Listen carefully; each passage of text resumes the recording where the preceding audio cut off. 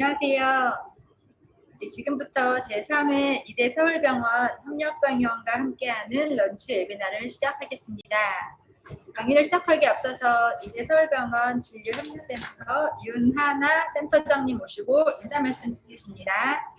네, 안녕하세요. 마스크 벗고 말씀드리겠습니다. 이대 서울병원 진료협력센터장 비뇨기과 과장 윤하나입니다.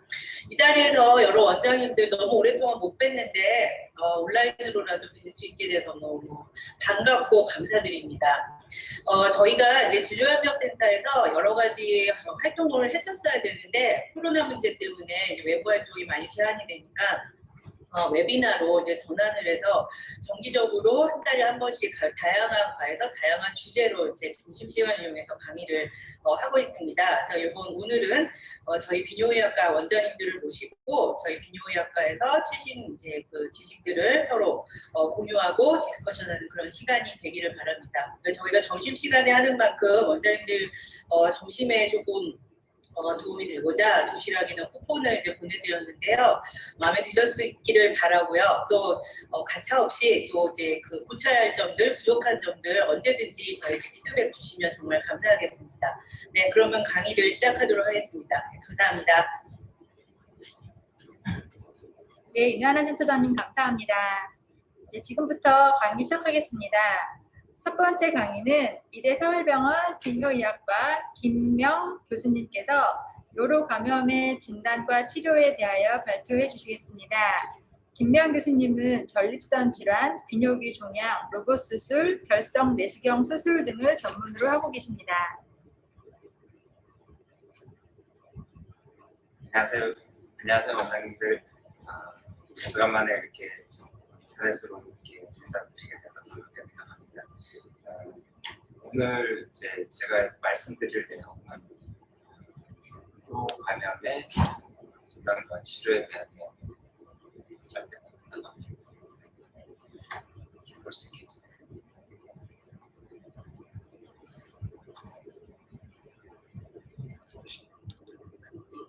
오늘 준비한 내용은 노로 감염에 대한 내용이고요. 노로 감염은 저희가 실제 진료실에서 굉장히 많이 접하게 되는 내용이지만 사실은 조금 이렇게 사실 또 이렇게 정확하게 알지 못하고 저 같은 경우에도 치료를 하고 이런 경우가 많아서 이제 그런 거에 대해서 한번 저도 궁금할 겸해서 해보았습니다.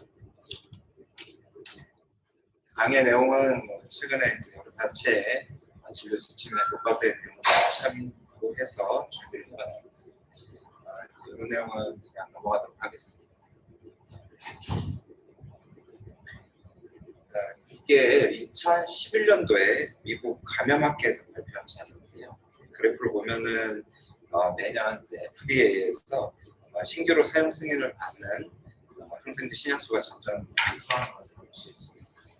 이는 항생제 개발 주체 제약회사들의 동기부여가 떨어지기 때문이라고 생각이 되고요.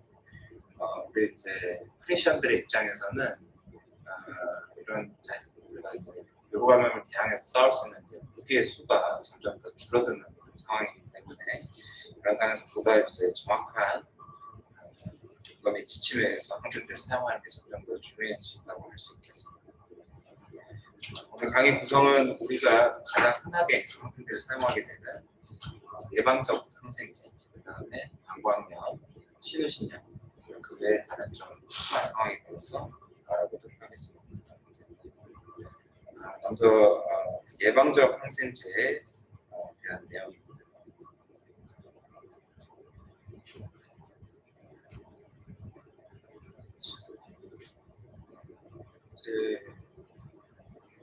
제가 이렇게 준비했던 강의록들을 이제 가이드라인들을 다 보면은 유일하게 이제 스탠다드 스테이트먼트, 가장 에비던스 레벨이 높은 그런 스테이트먼트는 이 내용 하나만 있었습니다. 뭐냐면 프로시저를 하기 1시간 이내에 예방적 항생제를 사용해야 되고 예방적 항생제를 이제 사용 안 해도 되는 상황이면 그런 상황에 대해서 지금 도큐멘트를 해야 된다 이렇게 얘기를 하고 있습니다. 이제 무증상 세균류의 경우에는 보통 건강한 사람들에서는 한 5% 이하의 이제 굉장히 낮은 비중이지만 이제 임산부나 당뇨 환자, 척수손상 및 요양성 환자들에서는 더 발생률이 높습니다. 특히 폴리카테터를 장기간 유지한 환자의 경우는 거의 대부분 다 무증상 세균류가 있는 걸로 보입니다. 이런 경우에 항생제 치료가 꼭 필요할까요? 2005년 미국 감염학회 가이드라인에서 이러한 무증상 세균류 중에서 어떤 경우에 항생제 치료가 필요한지가 명확하게 제시한 바가 있습니다. 두 가지 경우는 바로 이제 임산부 비뇨의학과적인 처치를 시행받을 예정인 환자의 경우에 무증상 세균류에 대한 선별 검사 및 치료를 추천하고 있습니다. 특히 TRP 같은 경우에는 수술 전에 무증상 세균류를 치료해 주는 게 수술의 박테리우리아 및 sepsis의 리스크를 줄여주는 무작위 대조 연구 결과가 있어서 이제 예방적 항생제 치료가 추천이 되고 있고요. TRP와 관련된 다른 레코멘데이션을 보면 TRP 하기 전에 유린 컬처를 미리 시행을 해놓고 항생제를 사용을 해야 되고 사용 기간은 폴카테터를 가지고 있는 동안 이내에 국한해서 사용되는 거를 추천하고 있습니다. 그다음에 이제 다른 TRP의 다른 시술들에 대해서는 어떤 시술에 대해서 어떻게 예방대로 사용해라 이런 게 명확하게 제시되어 있지는 않지만 어느 정도 이제 출혈이 예상되는 그런 시술에서는 예방적 항생제를 사용을 하는 것을 추천을 하고 있습니다. 하지만 그런 이제 정확하게 언제 시작을 할 것인지, 그다음에 어느 정도 기간, 어느 정도 영향을 사용해야 될 것인지는 아직 명확하게 제시된 바가 없어서 실제 이제 저희가 사용하는 데는 조금 더 고민해봐야 될 문제들이 많을 수 있습니다. 이제 가상의 징계를 하나 들어보겠습니다. 증상이 있는 리날 스톤으로 ESW를 계획하고 있는 57세 환자분이시고, 이 환자분은 5년 전에 교통사고가 있어서 교통사고 때문에 토탈 힙 리플레이스먼트를 받았고, 그다음에 이제 병원에서 이제 카테터를 갖고 있는 환자입니다. 이런 경우에는 ESW를 하기 전에 예방적 항생제를 사용을 해야 될지, 사용을 해야 된다면 어떤 항생제를 사용을 해야 될지가 좀 고민되지가 않습니다.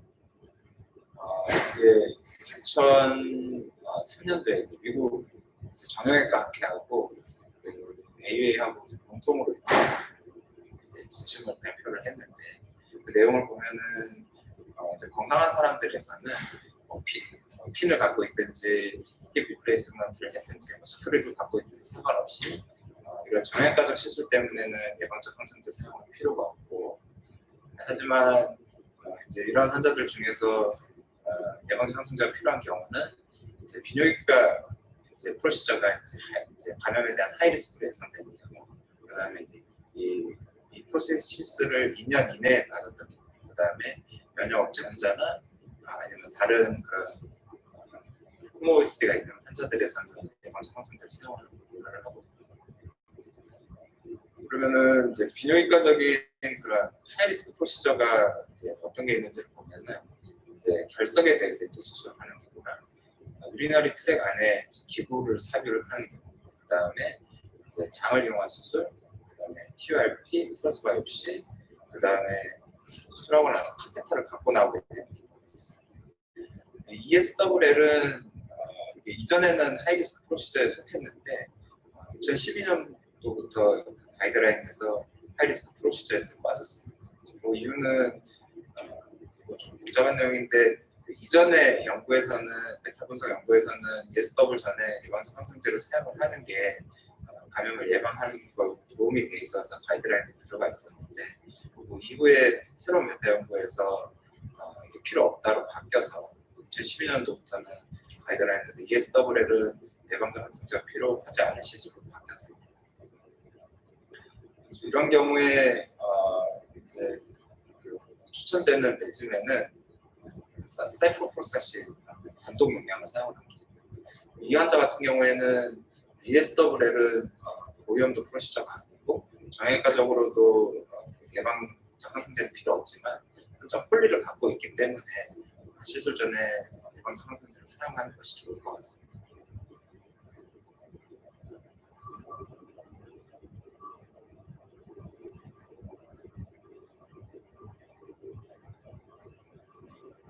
다음은 방광염에 대해서 알아보도록 하겠습니다. 저희 뭐 되게 흔하게 보는 거랑 비슷한 상황인데 35세 여성 환자분이시고 이틀 전부터 디스유리아가 있고 그다음에 내원 당일날에는 해마취라가 있었던 환자입니다. 결혼했고 파트너는 한 명이고 이전에 성병등의 히스토리는 없었습니다. 이런 환자에서 추가적인 검사로 어떤 것을 해야 될까? 1번 증상을 좀 더 자세히 물어본다. 2번 버자이널 디스차지가 있는지 물어본다. 3번 유린 컬처를 시행한다. 4번 위에 3개를 다 한다. 5번 위에 2개만 한다. 2002년도에 자마에서 되게 중요한 연구가 하나 보고가 되어 있는데 실제로 UTI를 이제 호소하는 UTI 증상을 호소하는 여자에서 버자이널 디스차지가 없으면 이제 90% 이상 환자가 언컴플리케이티드 시스타이티스이기 때문에 이런 환자들에서는 유리날리시스를 할 필요가 없고 유린 컬처도 할 필요가 없다라고 얘기를 하고 있습니다. 그래서 이런 내용이 이제 최근 가이드라인에서도 다 반영이 되고 있는데, 그래서 뭐 피버나 플래코페인 같이 이제 파일로네프라이티스를 시술하는 증상이 없으면 일단은 그냥 바로 트리트먼트를 들어가면 되고, 이게 히스토리가 명확하지 않은 경우에는 딥스틱 유린 테스트만 해서 딥스틱에서 파이리가 포지티브면은 80% 이상의 시스타이티스가 그냥 치료를 하면 되고, 네가티브면은 20% 정도가 시스타이티스니까 치료를 위해서 컬처를 하는 것을 추천합니다. 컬처는 그러면 언제 해야 되냐면 반대로 컴플리케이티드 UTI가 의심될 때만 하면 됩니다. 여자 같은 경우에는 부산부나 female BO가 의심되는 경우, 남자는 BPH가 동반돼 있는 경우, 아니면 당뇨나 카테터 같은 거를 갖고 있는 경우, 이전에 항생 치료가 잘 안 들었던 그다음에 요골 통증이나 피부 등이 있어서 파일로네프라이티스가 의심되는 경우에만 컬처를 하면 될 것 같습니다. 그래서 이제 이 여자 환자 같은 경우에는 시스타이티스를 진단할 수 있었고, 그러면 이런 경우에 이제 저희가 경험적으로 항생제를 사용을 할 수 있는데 어떤 항생제를 사용을 하는 것이 좋을까요? 그리고 사용을 한다면 한 며칠 정도 사용을 하는 것이 좋을까요? 그래서 그 이전에 아까 보여드렸던 IDSA 가이드라인을 좀 더 따라가 보면은 경험적 항생제를 사용하는 경우에 가이드라인에서 추천된 2가지 약제는 니트로포란토인과 박트린 2가지 약제를 추천을 하고 있습니다. 그리고 흔하게 이제 사용하고 있는 사이프로프록사신이나 스프록스 같은 거는 가이드라인에서 추천되지는 않고 있습니다. 그래서 니트로포란토인 BID를 5일에서 7일 아니면 박트린 BID를 한 3일 정도 처방하는 것이 적절한 레지멘으로 되어 있습니다. 그러면은 박트림이나 니트로프란토인은 효과가 어떤지를 비교한 연구들을 보면은 효과는 거의 대등한 걸로 되어 있습니다. 그래서 이게 이제 가용성이나 이제 이런 거에 따라서 적절하게 처방을 하면 되는 걸로 되어 있습니다. 그래서 조금 또 다른 상황을 박트림을 근데 이 환자한테 박트림을 이제 처방을 하려고 했는데 여자 환자분이 자기는 6개월 정도 전에 UTI가 있었고 그때 박트림을 써봤는데 별로 이렇게 효과가 없었다라고 얘기를 했습니다. 이런 경우에는 추천되는 항생제가 어떤 것인지 제가 보면 이런 경우에는 가이드라인에서 대부분 다 포스포마이신을 추천을 하고 있습니다. 이 포스포마이신은 국내에도 모누롤이라는 약제로 지금 들어가 있고요. 용량은 3g 싱글 도즈를 사용합니다. 다음은 신우신약에 대해서 보도록 하겠습니다. 이거는 아까 그 환자인데 그래서 이제 얘기 히스토리를 좀 더 확인을 해봤더니 최근에 열도 한 38도까지 났어요. 좌측 우리 통증도 있었던 것 같아요. 하지만 오심이나 구토 등은 없었고 이렇게 조소를 해서 이런 경우에는 약이 조금 바뀌어야 될 수가 있습니다. 이런 경우에는 추천되는 항생제는 키놀론계 항생제가 추천이 되고 주로는 일단 1차적으로는 경구 항생제를 사용하는 것을 추천합니다. 그러면은 이런 환자들 중에서 주사 항생제를 사용을 해야 되는 경우는 오심이나 구토가 동반되고 sepsis가 의심이 됩니다. 그다음에 이 오랄 레지멘을 써서 이제 집에 보내기가 조금 애매한 이전에 키놀론이나 박테린에 내성이 있었던 주사 항생제 사용 추천드리겠습니다. EAU 가이드라인에서도 중요한 기준이 오심 구토가 있는지, 오심 구토가 없으면 경구항생제를 주고 오심 구토가 있는 경우에는 입원해서 주사항생제를 사용을 하는 것을 추천합니다. 다른 이제 조금 더 특이한 경우도 이거는 30세 여자 환자분이고 이제 박테리우리아가 있습니다. 근데 이 여자분은 이제 임신 3기, 임산부 이런 경우에는 어떻게 해야 될까요? 중상 세균인데 항생제를 써야 된다. 그러면 좀 더 관찰을 해도 됩니다. 아까 보여드렸던 슬라이드인데 그 무증상 세균류의 경우에는 이제 꼭 치료를 해야 되는 두 가지 경우가 임산부, 그다음에 비행까지 프로시저의 사용이 예상이 되는 시술이 예상이 되는 경우인데 여기는 임산부에 해당이 되기 때문에 예방적 항생제를 사용해야 됩니다. 하지만 임산부에서 저희가 잊어버리면 안 되는 거는 세 가지 항생제, 테트라사이클린이나 설파계 항생제, 피놀론은 이제 태아독성이 있기 때문에 사용하는 것을 피해야 되고 이미징이 필요한 경우에는 그냥 초음파 아니면은 초음파 외에 이제 3차 영상이 필요하면은 CT보다는 MRI를 시행하는 것을 추천합니다. 이거는 이제 좀 소아 얘기입니다. 소아인데 뭐 보이딩 심통은 아무것도 없는데 파유리아가 있습니다. 이런 경우에 토일렛 트레이닝은 안 돼. 어린 애기인데 이런 경우에는 어떻게 해야 되나? 경과 관찰을 한다. 아니면은 소변 검사를 수프로푸빅 아스피레이션을 해서 다시 한다. 아니면은 카테터라이제이션을 다시 해서 한다. 아니면은 사진을 찍어본다. 항생제를 쓴다. 그래서 어떤 걸 해야 되냐? 사실은 이제 이건 미국 가이드라인인데 미국 가이드라인에서는 토일렛 트레이닝이 안 된 애기들에서 유린 컬처를 다시 확정하는 게 필요할 때는 수프라푸빅 아스피레이션 하는 거를 이렇게 두려워하지 말아라 이렇게 얘기를 하고 있는데 그렇지만 이제 이거를 리스크를 분류를 해볼 수 있습니다. 아까 이제 중내에 나왔던 이제 12세 미만의 에이시안이고 여자 아기 같은 경우에는 따라서 이제 분류를 해보면은 실제로 UTI가 있을 확률은 1% 이하가 되기 때문에 추가적인 검사 없이 경과 관찰을 해봐도 될 것 같습니다. 오늘은 이제 다른 케이스고요.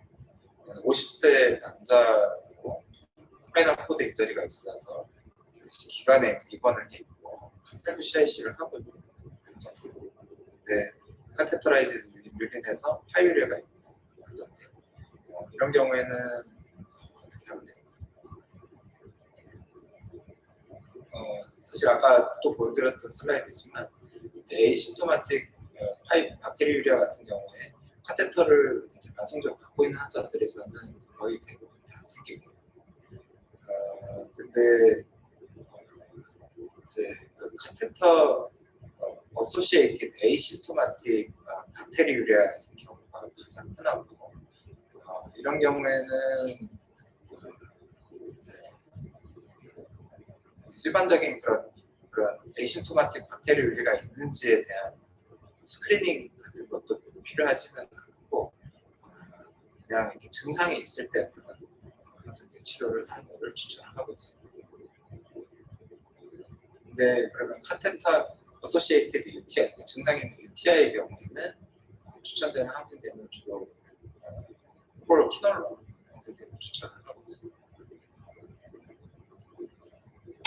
그래서 오늘 이제 요로감염의 치료에 대해서 제가 말씀드렸던 내용을 정리를 해보면, 일단은 예방적 항생제는 시술 1시간 이내에 사용해야 하고, uncomplicated 시스타이티스의 경우에는 박테린이나 니트로퓨란토인을 사용을 하고, 파일로네프라이티스의 경우에는 구역구토가 있으면 입원해서 발효안티를 사용하고, 구역구토가 없는 경우에는 경구 키놀론제를 사용합니다.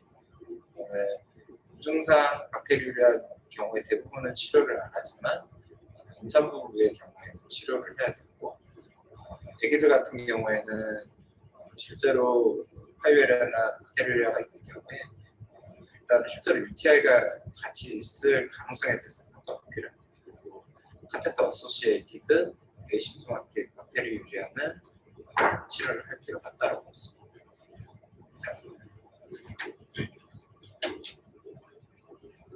네, 교수님 좋은 강의 감사드립니다. 안녕하십니까. 저는 올해 3월에 비뇨의학과 이대서울병원에 부임해서 우리 원장님들을 뵙는 건 처음인 것 같고요. 이전에 코로나 전에는 원장님들과 만날 기회가 있었다고 했는데 못 만나 뵙는 게 좀 아쉽고, 이 기회에 좀 인사드리겠습니다. 반갑습니다. 그래서 오늘은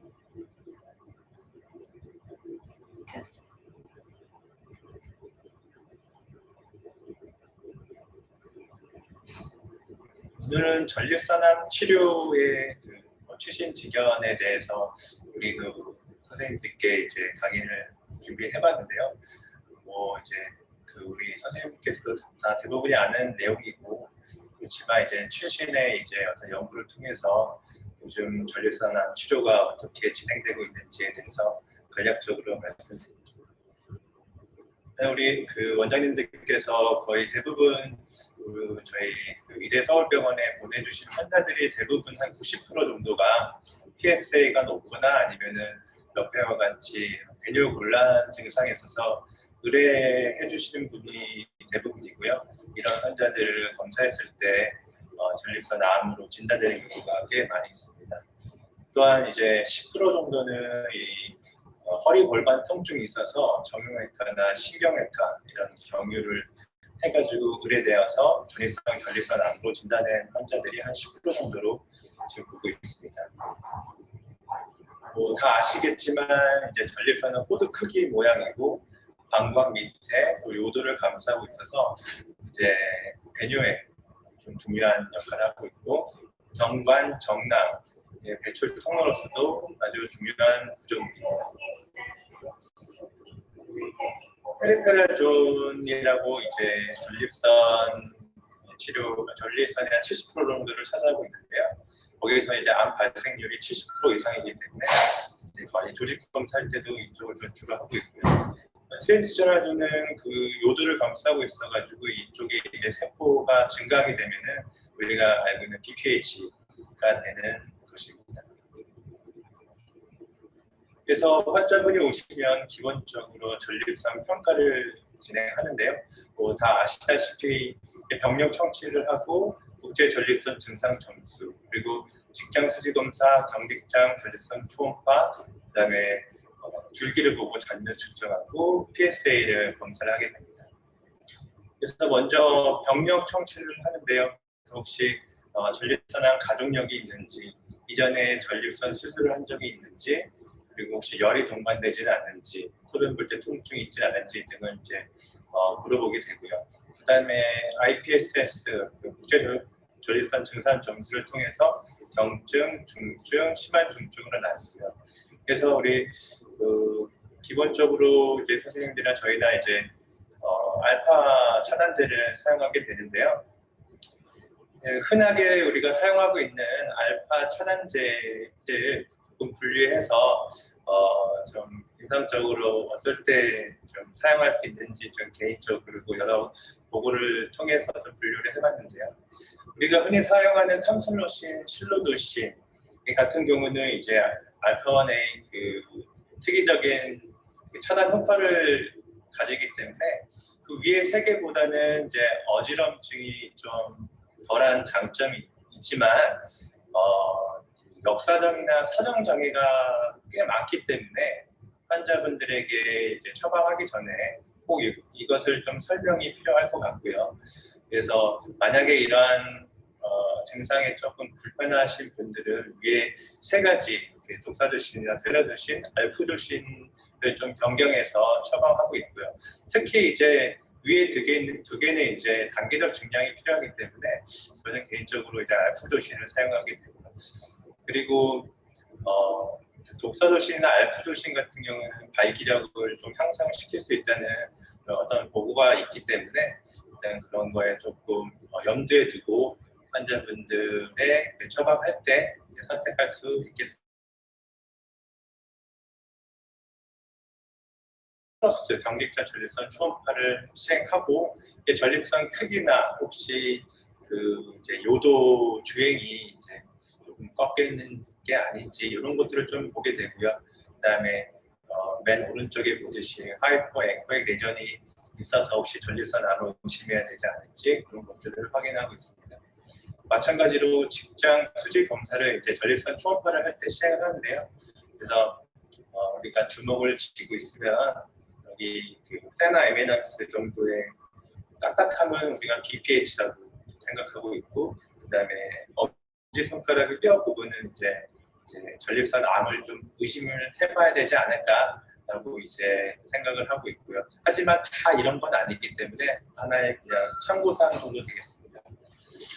그래서 이제 우리가 알파 블로커도 많이 사용하지만 항남성 호르몬 요법도 사용하게 되는데요. 이전에는 이제 좀 증상이 심하다 싶으면은 같이 처방을 하고 했는데 최근에는 이게 급여를 받으려면은 다음 두 가지 요건을 좀 충족시켜야 해서 이제 중요하게 되었고요. 그 첫 번째는 IPSS 점수가 8점 이상이 돼야 되고 거기에 플러스 아까 초음파 검사에서 30g 이상이거나 또는 직장 수질 검사에서 중등도 이상의 수준이 있어야 되고요. 그렇지 않으면 PSA 수치가 1.4 이상이 되어야지 이 항남성 호르몬을 사용할 때 급여가 인정된다는 것을 알고 계셔야 될 것 같고요. 그리고 나중에 삭감당하지 않게 잘 처방해야 될 것 같습니다. 그리고 요를 측정술, 잔뇨 측정을 통해서 우리가 플로우를 보게 되고 잔뇨가 많은지 확인을 할 수 있습니다. 그래서 앞에 간단한 테이크 메시지로는 우리가 간단한 병균 청취 및 그런 IPSS 점수로 교감 측량 차단제를 사용할 수 있겠고, 그리고 각각의 특성을 좀 이해하고 좀 증상을 좀 확인하게 되면은 각각 교체할 수도 있고요. 그리고 항남성 호르몬 요법은 이제 급여 기준에 맞게 사용해서 나중에 삭감당하는 일이 없도록 잘 사용했으면 좋겠습니다. 이어가겠습니다. 그래서 혈장 전립선 특이 항원 PSA를 우리가 이제 또 기본적으로 이제 측정을 하게 되는데 우리 선생님께서도 많이 PSA를 해서 보내주시기도 하고, 그래서 우리가 보통 PSA 레벨이 4가 넘게 되면은 혹시 전립선 암이 있지는 않은지 추가적인 검사가 필요하게 됩니다. 하지만 이 PSA라는 것은 전립선 특이 항원이지 전립선 암 특이 항원이 아니기 때문에 전립선 비대증이나 전립선 염증이나 전립선 암일 때 당연히 올라가고요.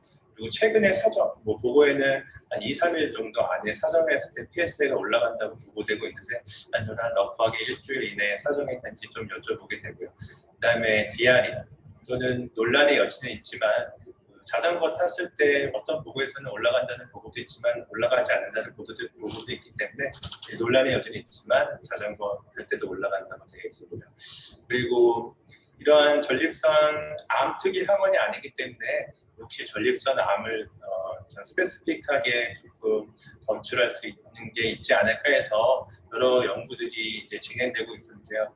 그 밑에 이제 1년에 PSA 변화가 얼마큼 있는지 저는 프리 PSA를 측정해서 그 프리 PSA와 토탈 PSA 레이쇼가 얼마인지 그리고 PSA를 프로스테이트 볼륨으로 낳는 덴시티가 어떻게 되는지에 따라서 이제 전립선 암을 조금 더 확인을 좀 더 특이적으로 검출할 수 있지 않을까 해서 여러 연구들이 진행되었지만 이것들은 다 임상에서 많이 이렇게 사용하지는 않고요.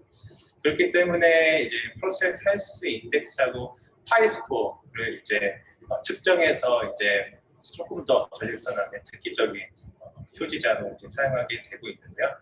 그래서 이제 프리-PSA랑 종양에서 주로 발견되고 전립선암에서 그렇게 발견된다는 프로-PSA를 좀 복잡한 식에 넣어가지고 파이 스코어를 이제 갖게 되고요. 파이 레인지라고 이제 옆에 보시면은 이제 각각 레인지마다 전립선암의 확률적으로 이제 계산한 것들이 있는데요. 그래서 뭐 50% 이상일 때는 당연히 조직 검사를 통해서 이제 전립선암 진단을 해야 된다고 되어 있습니다. 우리 그 원장님께서도 이런 파이 그 프로스테이트 헬스 인덱스를 처방하실 수 있고요. 이런 것들을 처방해서 저희한테 보내주시면 조금 더 정확한 진단을 할 수 있겠습니다. 또한 이제 어떤 특정 조건에서 이제 MRI가 도움이 되기 때문에 이제 요즘 들어서는 조직 검사 전에 MRI를 좀 찍고 있는 편이고요. 그래서 영상의학과적으로 이런 타이날 스코어, 이런 판독 기법을 통해서 1부터 5점까지 판독을 해주시고 있고 1, 2점은 우리가 이제 임상적으로 의미 있는 전립선 암이 거의 없다고 보고 있어서 조직 검사를 좀 안 하는 편이고요. 심한 4점에서 5점은 전립선 암 가능성이 40%에서 80%나 되기 때문에 대부분의 조직 검사를 하게 되고 파이널 3 정도는 이제 좀 여러 가지 지표를 조금 더 확인하고 추적 관찰해서 이제 PSA가 더 올라오거나 아니면은 어떤 트러스에서 아주 의미 있는 암 의심 증상이 있으면 그거를 전립선 조직 검사를 시행하기도 합니다. 그래서 대부분이 이전에는 이제 초음파를 이용해서 전립선 조직 검사를 했는데요. 최근에 저희 이제 서울병원에서 이제 기계를 들여왔는데 세미 로봇 그 전립선 조직 검사 방식인 아르테미스 기계를 들여왔고 그래서 곧 이제 시행 예정이 있습니다. 그래서 이거는 MRI 그 영상 3D 이미지를 얻고 초음파에서 3D 이미지를 얻어서 두 영상을 퓨전을 하게 되고 그 이제 이미지를 통해서 정확한 조직 검사를 할 수 있는 기계이고요. 이제 곧 시행할 예정에 있습니다. 많은 그 원장님들의 홍보 부탁드립니다. 그래서 이렇게 전립선 암이 이제 최근에 더 중요하게 됐는데요. 미국 통계를 보면은 이제 남자 중에 발생률이 1위고 사망률이 2위인 정도로 아주 중요한 암이 되었고요. 우리나라에서도 마찬가지로 전립선 암은 다른 암에 비해서 가장 가파르게 발생자 수가 높아지고 있는 아주 중요한 암종입니다. 그래서 5년 생존율을 보게 되면은 북한 국소 전립선 암은 이제 거의 100%를 육박하게 되고 그렇지만 전이가 되면은 한 반 정도, 43% 정도의 이제 5년 생존율을 보이고 있고요. 여기서 북한 생존율 100%가 나오는데 그거는 우리나라 통계가 상대 생존율을 적용하고 있기 때문이고 이것을 의미하는 것은 이제 북한 전립선 암에서 이제 어떤 치료 없이 그냥 아주 잘 관찰하면서 경과 관찰을 했을 때 일반인들과 비교했을 때 전혀 생존율에 지장이 없다고 이렇게 해석할 수 있고요. 그렇기 때문에 우리가 아주 그 릴레이션 스코어가 낮거나 어떤 위험 요인이 적은 환자의 대상으로 액티브 서베일런스를 할 수 있는 하나의 근거가 될 수 있겠습니다. 또한 전이가 되기 전에 초기 치료를 잘 해야지 생존율을 높일 수 있다는 의미가 되기도 합니다. 또한 이제 전립선 암은 거의 50세 이상부터 가파르게 증가하기 때문에 보통 한 40세 환자들이 PSA가 높아서 왔을 때는 뭐 가족력이 있지 않으면 조금 이제 좀 경과 관찰하는 편인데요. 물론 이제 PSA가 아주 높거나 증가 폭이 너무 높으면 검사를 하기도 합니다. 그래서 제 전립선암의 증상은 뭐 대부분이 증상이 없고요. 거의 PSA 엘리베이션이 있어서 어떤 검사를 통해서 조직 검사를 통해서 발견되는 게 대부분이고, 하지만 이제 이러한 전립선 암이 이제 좀 커져서 요도를 압박하는 경우에는 당연히 보이는 디피컬티, 헤마츄리아 소견이 있을 수 있고요. 그다음에 진행성 또는 전이성 전립선 암에서는 당연히 이제 뼈로 전이가 잘 되는데 통이나 골반통으로 이제 증상을 호소하게 되어서 전립선 암으로 진단하게 됩니다.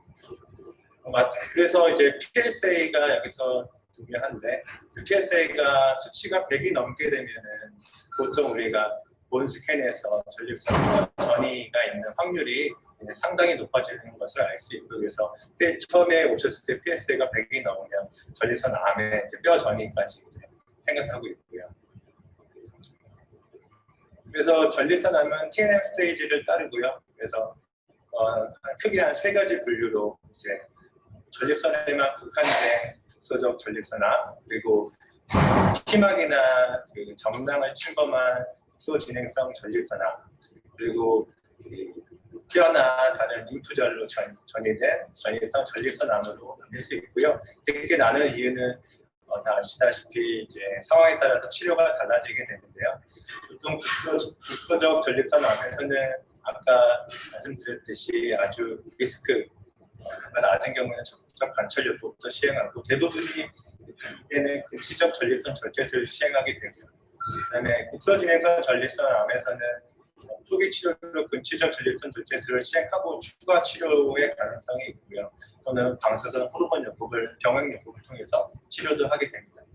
그리고 전이성 전립선암에서는 예전에는 이제 호르몬 요법을 사용하게 되었고요. 최근에는 조금 바뀐 경향이 있습니다. 뒤에 설명드리겠습니다. 그다음에 호르몬에도 이제 저항이 생긴 거세 저항성 전립선암으로 날리되고, 이때는 항암 또는 제2차 호르몬 요법을 사용하게 됩니다. 그래서 아까 처음에 이 면역 곤란이 있었던 환자분, 이제 MRI, CT, 뼈 스캔을 봤을 때 전립선에만 국한된 전립선은 아니고 PSA는 10 미만. 그래서 이 환자들은 어떻게 치료하느냐, 아까 말씀드렸듯이 근치적 전립선 절제술을 시행하게 됩니다. 뭐 방법은 오픈 라파로스코피 로봇 시스템이 있고요. 그래서 저희 이대서울병원에는 XI 시스템, 멀티포트 XI 시스템, 그리고 싱글포트 SP 시스템을 다 보유하고 있기 때문에 환자 치료하는 데 있어서 이제 여러 교수님들도 아주 다양한 케이스를 진행하였고, 케이스도 많기 때문에 의뢰해 주셔도 전혀 문제 없을 것 같습니다. 또는 이러한 그 연세가 많아서 마취하기가 좀 어렵구나, 좀 연세가 많으실 때는 이제 브라켓 세라피 또는 일부 방사선 통해서 치료를 하기도 합니다. 그렇다면 이렇게 전이가 된 전이성 전립선암 환자들은 어떻게 치료하는지 보게 되면, 이전에는 호르몬 요법을 사용하게 되었고요. 호르몬은 대부분이 NHRH 아고니스트를 통해서 이제 리셉터 레귤레이션을 다운 레귤레이션을 하게 되면은 NH가 감소되고 테스토스테론이 감소돼서 전립선암은 이제 남성 호르몬을 먹고 자라는 암이기 때문에 테스토스테론을 캐스트레이션 레벨까지 떨어뜨려서 전립선암을 이제 죽이는 그런 역할을 하게 됩니다. 그래서 실질적으로 이러한 뼈전이성 전립선암 PSA가 780인 환자에게 6개월 정도 호르몬 요법을 시행했을 때 밑에처럼 뼈 전이가 아주 드라마틱하게 좋아진 것을 볼 수 있었고, 캐스트레이션 레벨을 유지하면서 PSA가 일정까지 떨어진 것을 확인할 수 있었습니다. 요즘 최근에는 이제 여러 연구를 통해서 이제 호르몬 요법만이 아닌 이제 다른 도세탁셀이나 아베라트론 같은 것을 병용하여 사용할 수 있는 연구가 여러 보고되어 있는데요. 메타스타틱 호르몬 센시티브 프로스테이트 캔서, 처음으로 이제 전이성 전립선암으로 진단된 환자에 있어서 이제 호르몬 요법에다가 독세탁셀 또는 아베라테론을 이제 사용했을 때 서바이벌 레이시 좋아지더라라는 연구고요. 그리고 최근에는 이제 아팔루타마이드라는 이제 새로운 신약이 개발이 되었고, 그다음에 아직 우리나라에서 보험 적용이 되지는 않지만 이런 캐스트레 센시티브 프로스텍 캔서에서도 사용할 수 있게 됩니다. 그렇기 때문에 이렇게 처음으로 진단된 전립선 암, 호르몬 센시티브한 전립선 암일 때 이런 옆에 보듯이 도세탁세, 아비라트론 같은 경우는 우리나라에서 이제 보험이 되고요. 아비라트론 같은 경우는 이제 한 30% 예, 본인 부담금으로 보험을 쓰고 있고요. 현재는 쓰고 있고, 그다음에 아팔루타마이드나 엔잘루타마이드는 아직까지는 현재 이제 승인이 되지는 않았고요. 달로루타마이드는 지금 현재 연구 중에 있습니다. 그래서 이런 전립선 암의 이런 치료 랜드스케이프를 보게 되면은 앞에는 이제 호르몬 센시티브한 전립선 암에서 기본적으로 호르몬 또는 호르몬 도세토셀 병합요법, 그리고 최근에는 그 호르몬 아비라트론 병합요법을 사용하고 있습니다. 그렇다면은 이렇게 호르몬을 사용하다가 이제 호르몬 거세 저항성 전립선 암이 이제 발생됐을 때는 어떻게 치료하냐는 독세탁세 항암요법을 사용하거나 또는 아까 말씀드린 아비라트론이나 엔젤루타마이드의 제2차 호르몬 요법을 사용하게 됩니다. 그것도 이러한 여러 연구들을 통해서 이렇게 지금 사용하게 되는데요.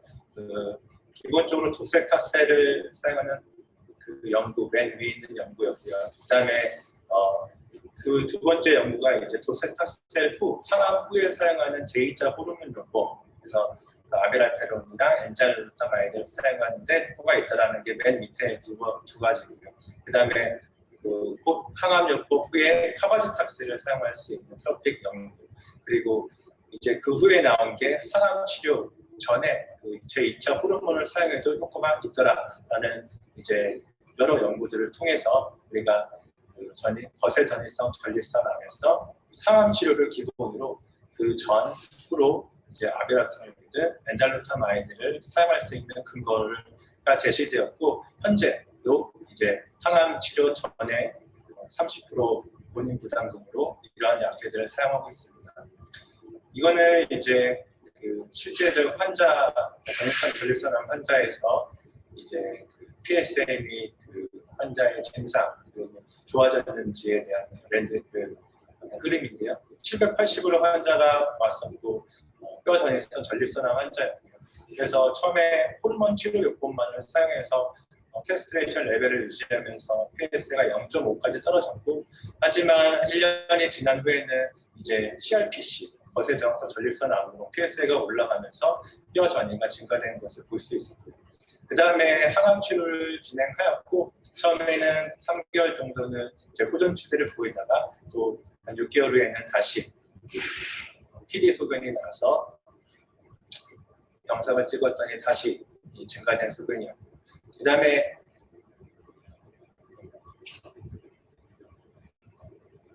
다음 이제 2차 호르몬제 엔젤루타마이드를 사용해서 지금까지 잘 유지되고 있는 환자의 그래프였습니다. 그래서 테이크홈 메시지 두 번째로는 우리 원장님들께서도 하이 프로세스 헬스 인덱스를 처방하셔서 이제 환자분들을 보내주실 수 있고요. 그렇게 되면은 좀 더 전립선을 더 정확히 예측할 수 있게 되고요. 그리고 저희 이대서울병원의 최신 기계인 아르테미스 퓨전 바이옵시 기계를 도입해서 조금 더 정확한 조직 검수가 가능해졌다라는 것을 말씀드리고 싶고요. 또한 저희 병원에서는 XISP 그런 로봇 시스템을 보유하고 있고, 그리고 교수님께서도 많은 경험이 있기 때문에 또한 이제 전립선 암의 치료 경험은 또 풍부하기 때문에 전문적인 치료가 가능하다는 걸 말씀드리고 싶고, 많은 그 진료 협력 부탁드린다고 말씀드리고 싶습니다. 감사합니다. 네, 그러면 더 말씀 없으시면 저희 윤하나 센터장님께서 다시 한번 말씀하겠습니다. 네, 원장님들 얼마 강의가 도움이 되었으면 싶습니다. 근데 너무 이제 저희 잘 알고 있지만 또 새로운 정보들이 있는지를 좀 말씀드리고 싶어서 저희 강의를 준비했고요. 그리고 이 졸리운 점심시간에 강의도 들으시고 식사도 잘 하셨는지 모르겠습니다. 마지막으로 한 가지 공지를 해드리면 저희가 9월 26일 날 일요일인데 작년처럼 이하 심포지엄을 온라인으로 진행을 할 예정입니다. 그래서 비뇨의학과 전반에 걸쳐서 개원과 원장님들께 도움이 될 만한 최신 정보들과 새로운 치료 실기들 또 그동안 저희가 궁금했던 것들 다 총망라하여서 이제 심포지움을 준비를 하려고 합니다. 그래서 스케줄 참고하여 주시고요. 또 저희는 저희 이화의료원 서울병원 진료협력센터에서는 또 다음에 또 웨비나로 찾아뵙도록 하겠습니다. 네, 감사합니다. 이상으로 이대 서울병원 런치 웨비나를 마치겠습니다. 어려운 시간 내어 참석해 주셔서 감사합니다. 다음에 또 좋은 강의로 찾아뵙겠습니다. 감사합니다.